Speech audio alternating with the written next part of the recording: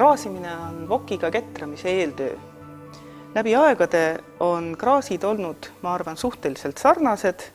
Siin on mul üks vanem variant, siin veidi uuem. Tähtis on see, et terasnõelakesed siin padjakeste peal oleksid terved ja kui teil on vanad kraasid, jälgige, et nad ei oleks roostes.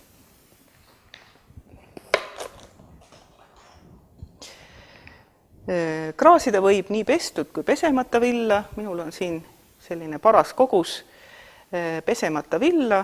Nopime ta enne natuke veel läbi, et suuremad prügid ja purud eemaldada. Ja paneme ta siis niiviisi pikuti kraaside peale. Kraasid võetakse kätte niiviisi. Vasakusse kätte võtame kraasi nii, et käepide on meist endast eemale, käsi hoiab tugevalt kraasi ja kraas toetub randmele. Paremasse kätte võtame kraasi tugevasti, pöialt võib hoida siin kraaside peal ja töötamisel on väga tähtis see, et kraasid liiguksid paralleelselt. Vasak kraas on paigal ja paremaga siis tõmbame. Niipea kui kraasid on nurga all, siis läheb meie töö raskemaks.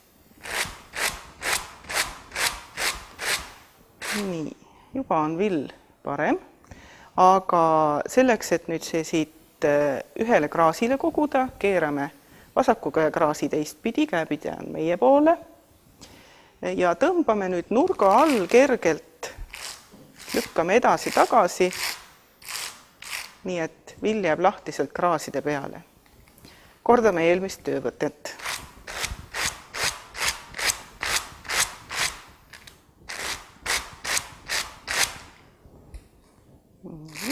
Veel kord ja veel kord.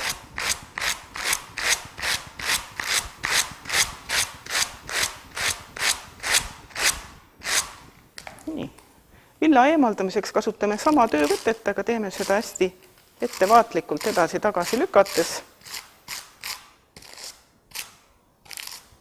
Kuni lõpuks on võimalik see tore villasaba kraaside pealt ära korjata. Ja me võime teda veel veidi käe vahel rullida, et ketrajal oleks käepärasem.